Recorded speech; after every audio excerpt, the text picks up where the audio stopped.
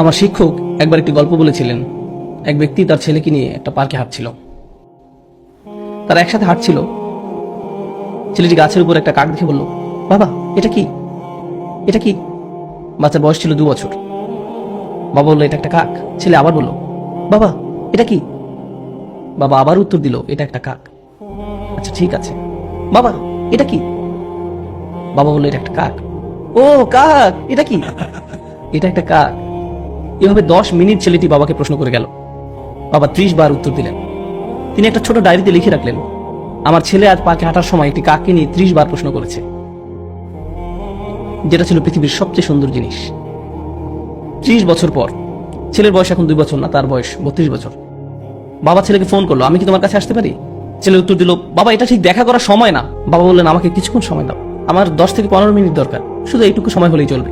চলো গাড়িতে করে বের হই, তোমার সাথে কিছু ব্যাপারে কথা আছে। ছেলে বেশ বিরক্ত হয়ে, ঠিক আছে।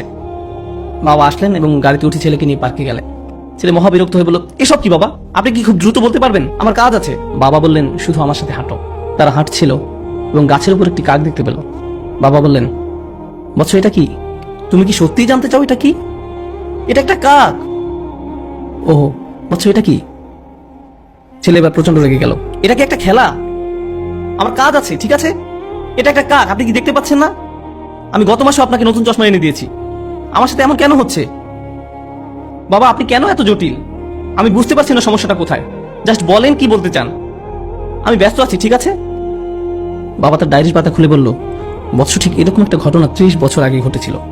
আমরা এই পার্কে হাঁটছিলাম, তুমি একটি কাক দেখেছিলে, তুমি 30 বার আমাকে এটা সম্পর্কে জিজ্ঞেস করেছিলে, আমি প্রতিবার হেসে উত্তর দিয়েছিলাম, আর এখন তুমি দ্বিতীয়বারও উত্তর দিতে পারছো না। আমরা আমাদের পিতামাতাকে কি দিচ্ছি? মূল বিষয় হলো, আল্লাহ প্রথমে নিজের কথা উল্লেখ করেছেন, তারপর পিতামাতার কথা উল্লেখ করেছেন। তোমরা নিজেরাই চিন্তা করো, তারা তোমাদের জন্য কি করেছেন এবং তোমরা তাদের জন্য কি করছো। এমন অনেক পিতামাতা আছেন, যখন তাদের সন্তান আইসিইউতে থাকে, তারা ছোট্ট গ্লাস বক্সের দিকে তাকিয়ে দাঁড়িয়ে থাকেন, যার ভিতরে শিশুটি আছে। দিন রাত 24 ঘন্টা হাসপাতালে শুধু দাঁড়িয়েই থাকেন, কখনো বসেন না, শুধু দাঁড়িয়ে থাকেন। ভেন্ডিং মেশিনের খাবার দিয়ে তাদের জীবন চলছে। আর ঠিক এই সন্তানই বড় হলে ফোন করে খবর নেওয়ারও সময় হয় না। কত মা তার সন্তান ভূমিষ্ঠ করতে মৃত্যুর কাছাকাছি চলে যায়, আর এখন তার ফোনের উত্তর দেওয়া অনেক কঠিন হয়ে পড়েছে। আর এখন তাকে কি দিচ্ছেন? সারাদিন 2 মিনিটের মতো সময়, তাকে কিছুটা গুরুত্বপূর্ণ ভাবতে দিন। এটা কতটা অন্যায্য যে আপনি তাদের নিকট ছিলেন সবচেয়ে গুরুত্বপূর্ণ, আর এখন তারা আপনার কাছে গুরুত্বহীন। এটা কতটা ন্যায় বিরুদ্ধ। তারা এই যন্ত্রণা প্রতিদিন বয়ে বেড়ায় যে আমি আমার সন্তানের কাছে কিছুই না, আমি তাদের কাছে কিছুই না, আমি তাদের কাছে মূল্যহীন, আমার জন্য তাদের হাতে কোনো সময় নেই। কোনো কিছু আপনার কাছে মূল্যবান মনে হলে তাতে আপনি সময় দান করেন। বেশিরভাগ ক্ষেত্রে এই সময় আমরা পিতামাতার কাছ থেকে দূরে সরে থাকতে চাই। আপনি আপনার বন্ধুদের সাথে থাকতে চান, নিজের মতো করে থাকতে চান, মাতা পিতার সাথে থাকতে চান না। এই বদ অভ্যাসটা আপনিই বাড়তে দিয়েছেন, আর সময়ের পরিক্রমায় এটা আরো খারাপ হতে থাকবে। আমাদের পিতামাতা অনেক অনেক বেশি আবেগপ্রবণ, তারা খুবই রক্ষণাত্মক।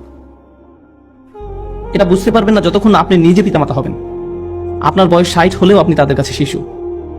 তারা এখনো স্মরণ করতে পারে আপনার ময়লা ন্যাপকিন পরিষ্কার করার কথা, আপনাকে দুধ খাওয়ানোর কথা, কিভাবে ঢেকুর তুলেছেন, পিছনের সিটে বসানোর পর কিভাবে আপনাকে পরিষ্কার করেছে, খাইয়েছে।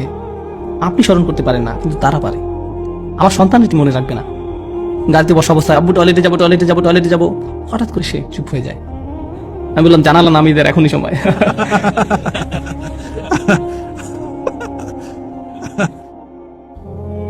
তারপর সে বলা শুরু করলো, আমি ঈদে কোন খেলনা পাবো। আমি ভাবলাম, গাড়ি চালানোর জন্য আজ ভালো সময় নয়। তারপর সে যখন কলেজ থেকে গ্রাজুয়েশন করেছে, একদিন বিয়ে করেছে, সে তখন আর এটা মনে রাখবে না। কিন্তু কে কখনো ভুলে যাবে না? আমি কখনো ভুলে যাব না। আমি ভুলবো না তাকে কিভাবে বাথরুমে নিয়েছি, তাকে পরিষ্কার করেছি, জামা পরিয়েছি। সে বলেছিল, আব্বা এই স্পাইডারম্যান পোশাকটা পরিয়ে দিন। আমার সন্তানের কিছুই মনে রাখবে না, আমি রাখবো, আমি মনে রাখবো। এই একই শিশু যখন পিতাকে একদিন বলে, বাবা আমি ঠিক তোমাকে বুঝতে পারি না, আমার হাতে একদম সময় নেই, এটা আসলেই তাকে দুঃখ দেয়। এটা আসলেই তাকে দুঃখ দেয়। ঠিক এই আচরণটাই আমি আপনি আমাদের পিতামাতার সাথে করে থাকি। তারা ছিল আমাদের জীবন, আমাদের জন্য তারা তাদের জীবন দিয়েছেন, তাদের ক্যারিয়ার বিসর্জন দিয়েছেন, তাদের ছুটি, তাদের বন্ধু বান্ধবদের সঙ্গ ত্যাগ করেছেন। আপনি জানেন সেটা? আমি এটা এখন জানি, আমি তখন জানতাম না। আপনি আসার আগ পর্যন্ত তাদের জীবনের এক ধরনের পরিকল্পনা করা ছিল, আর আপনি আসার পর আপনি হয়েছেন তাদের পরিকল্পনা।